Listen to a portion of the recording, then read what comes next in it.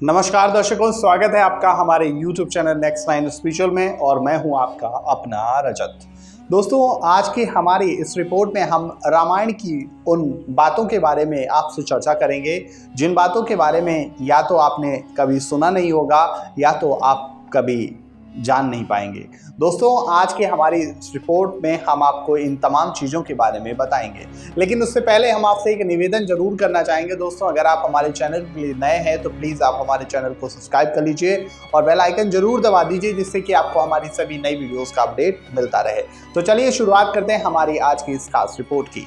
दोस्तों, क्या आप जानते हैं कि महर्षि वाल्मीकि ने जब रामायण लिखी थी उस समय रामायण उससे पहले भी कोई लिख चुका था। इसकी हमने एक और वीडियो भी बनाई है, लेकिन आज की हमारी इस रिपोर्ट में हम उन तमाम वीडियो से हटके एक नई जानकारी आपके लिए लेकर आए हैं।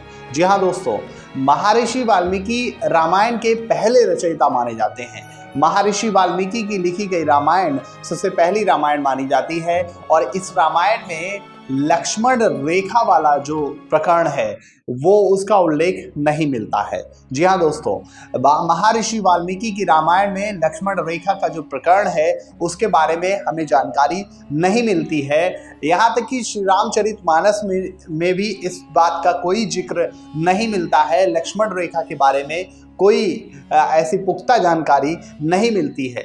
लेकिन लंका कांड में जब मंदोदरी इस बात का जिक्र करती हैं, लक्ष्मण रेखा का जिक्र लंका कांड में मंदोदरी के द्वारा श्री रामचरितमानस में किया जाता है। दोस्तों, ये रामायण जो है वो माता सीता और श्री राम के जन्म और उनके राक्षसों का वध कैसे किया, उन्होंने अपना शरीर का परित्याग कैसे किया, इन तमाम चीज़ों के बारे में ये महाकाव्य हमें बताता है।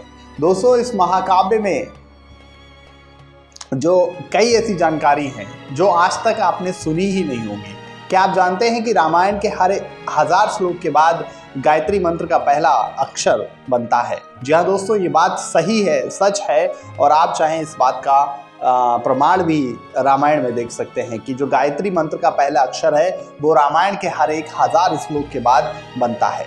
दूसरी बात मैं कर लूँ कि रामायण में जब श्री राम, लक्ष्मण और सीता वनवास के लिए गए थे तो उस वन का नाम क्या था? क्या था उस वन का नाम और क्यों था उस वन का ऐसा नाम? जी हाँ दोस्तों, उस वन का नाम था दंडकारण्य वन। जी हाँ दोस्तों, ये दंडकारण्य वन, दंड का मतलब अर्थात दंड होता है, आरण्य का मतलब वन, मतलब ये राक्षसों का ऐसा वन था जहाँ पर मनुष्यों को मार दिया जाता था और वहाँ पर तमाम अत्याचार राक्षसों के द्वारा किए जाते थे और यहाँ पर कई प्रजाति के राक्षस रहते थे।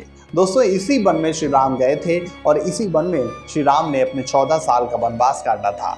दोस्तों, क्या आपको पता है कि श्री राम ने कई राक्षसों का वध इसी वन में किया था, कई ऋषियों की सेवा इसी वन में की थी और जहाँ पर श्री राम रहते थे, जहाँ पर उनकी कुटिया थी, वहाँ पर भी कई राक्षस पहले से ही रह रहे थे, लेकिन उन तमाम राक्षसों का वध श्री राम ने किया था।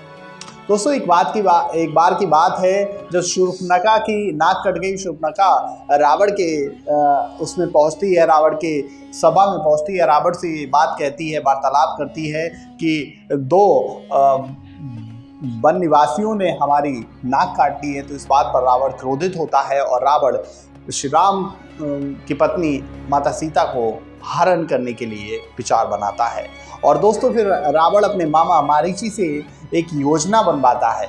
मारीची को सोने का हिरण बनाता है कि जिससे कि माता सीता जब अपने झोपड़ी में बैठी थी, वो झोपड़ी के बाहर श्री राम और लक्ष्मण जी के साथ बैठी थी, तो उस समय सोने का हिरण उनके सामने प्रकट होता है और माता सीता उस हिरण को पाने की इच्छा प्रकट श्री राम से करती है। श्री राम उस हिरण के पीछे धनुष बाण लेकर बहुत दूर तक चले जाते हैं। श्री राम उसका वध भी कर देते हैं। तो वो जो हिरण होता है वो मायावी हिरण मारीची का रूप होता है और मारीची श्री राम की आवाज़ में बचाओ बचाओ की आवाज़ निकालते हैं, जिससे माता सीता घबरा जाती हैं और लक्ष्मण जी से कहती हैं कि जाओ, तुम्हारे भैया के प्राण संकट में हैं। श्री राम जो हैं वो संकट में हैं और लक्ष्मण माता सीता कुछ अकेले छोड़कर कैसे जा सकते थे, लेकिन माता का आदेश था, उन्हें जाना भी था। इसलिए उन्होंने एक ऐसी रेखा खींच दी जिसका नाम लक्ष्मण रेखा रख दिया गया। उन्होंने उस रेखा को अपनी शक्ति के द्वारा खींचा था, क्योंकि उस रेखा को कोई लांघ नहीं सकता था। इसी दौरान रावण आता है भीख लेने के लिए, भिक्षा मांगने के लिए, और जब रावण भिक्षा मांगने के लिए आता है तब जैसे ही वो उस रेखा को लांघना चाहता है तो एक अलग सी शक्ति का प्रदर्शन वहां पर होता है। दोस्तों, अलग सी शक्ति कोई और शक्ति नहीं थी, ये लक्ष्मण की शक्ति थी। तो वहां पर लक्ष्मण रेखा का प्रकरण मिलता है और फिर रावण माता सीता से बाहर आने के लिए बोलता है, और जैसे ही वो बाहर आती हैं वो उनको अपने वन में अपने वन से भगाकर लंका ले जाता है। दोस्तों, रावण जो था वो परम ज्ञानी था। रावण को ये पहले ही आभास था कि श्री राम कोई आम मानव नहीं है, वो स्वयं भगवान विष्णु का अवतार हैं। भगवान विष्णु के अवतार होने के साथ साथ उनके साथ जितने भी लोग हैं वो तमाम शक्तिशाली लोग हैं। तब भी रावण ने श्री राम से हार नहीं मानी और अंत समय तक लड़ा, क्योंकि वो जानता था कि राम के हाथों अगर उसकी मृत्यु होगी तो उसको स्वयं वैकुंठ की प्राप्ति होगी। क्या आपको पता है कि लक्ष्मण जो थे वो 14 साल तक वन में सोए नहीं थे जब श्री राम, लक्ष्मण और सीता का वनवास चल रहा था। दोस्तों, ऐसा माना जाता है कि वन के पहले दिन में जब वो वहां पर लेटे हुए थे श्री राम और लक्ष्मण और माता सीता, उस समय निद्रा देवी लक्ष्मण के सामने प्रकट होती हैं, उसे निद्रा के लिए बोलती हैं।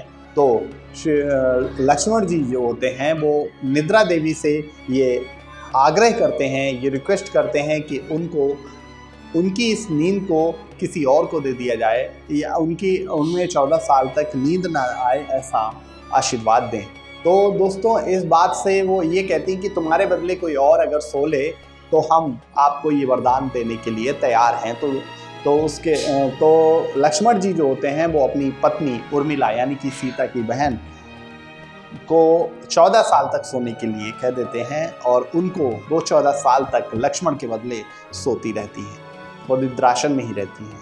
और आपने सुना होगा कि कुंभकर्ण 6 महीने सोता था और एक दिन उठता था खाने के लिए और फिर 6 महीने के लिए सो जाता था। दोस्तों, ये कुंभकर्ण का जो एक कहानी है, इस कहानी में ये ऐसा माना जाता है कि कुंभकर्ण बहुत ही बड़ा भक्त था, बहुत बड़ा उपासक था और बहुत बड़ा ज्ञानी बलशाली भी था। उसने तपस्या की थी और इंद्रदेव को ये भय था कि कहीं इस तपस्या के बदले वो ब्रह्मा से इंद्रासन न मांग ले। तो इंद्रदेव ने माता सरस्वती से आवाहन किया कि उसकी जिह्वा पर बैठकर इंद्रासन के बदले निद्रासन उससे बुलवाए। तो ऐसा ही हुआ। जब कुंभकर्ण ने इंद्रासन मांगना चाहा तो उसके मुख से निद्रासन मिला। तो इस बार उसे अंतरात्मा से बहुत दुख भी हुआ, लेकिन वो 6 महीने अपने जीवन काल में सोता था और एक दिन उठता था और फिर 6 महीने के लिए सो जाता था। दोस्तों, जिस पुल का जिसको आदम का पुल कहा जाता है, नासा ने भी ये अपनी रिसर्च में निकाला है। नासा के द्वारा इस पुल को आदम का पुल कहा जाता है। ऐसा माना गया है कि ये जो आदम का पुल है वो श्री राम के द्वारा बनाया गया है और उनकी वानर सेना के द्वारा बनाया गया है। दोस्तों, इस पुल का जो ऐतिहासिक अगर वर्णन देखा जाए तो ये पुल वास्तव में श्री राम के रामायण काल का ही है, ऐसा माना जाता है। इस पुल के जो अवशेष मिले हैं, जो आदम का पुल कहा जाता है, नासा के द्वारा इसको आदम का पुल कहा जाता है। इस पुल के कुछ ऐसे अवशेष मिले हैं जो इस बात का प्रमाण देते हैं, इस बात का प्रूफ देते हैं कि ये पुल रामायण काल का ही है। तो दोस्तों, ये थे कुछ तथ्य जो हमने आपको आज रामायण के बताए। ऐसे ही तमाम तथ्यों को जानने के लिए आप हमारे YouTube चैनल को सब्सक्राइब करें और हमारी इस वीडियो को ज़्यादा से ज़्यादा शेयर करें। मुलाकात होगी आपसे किसी अगले कार्यक्रम में। तब तक के लिए मैं रजत आपसे विदा लेता हूँ। नमस्कार, धन्यवाद।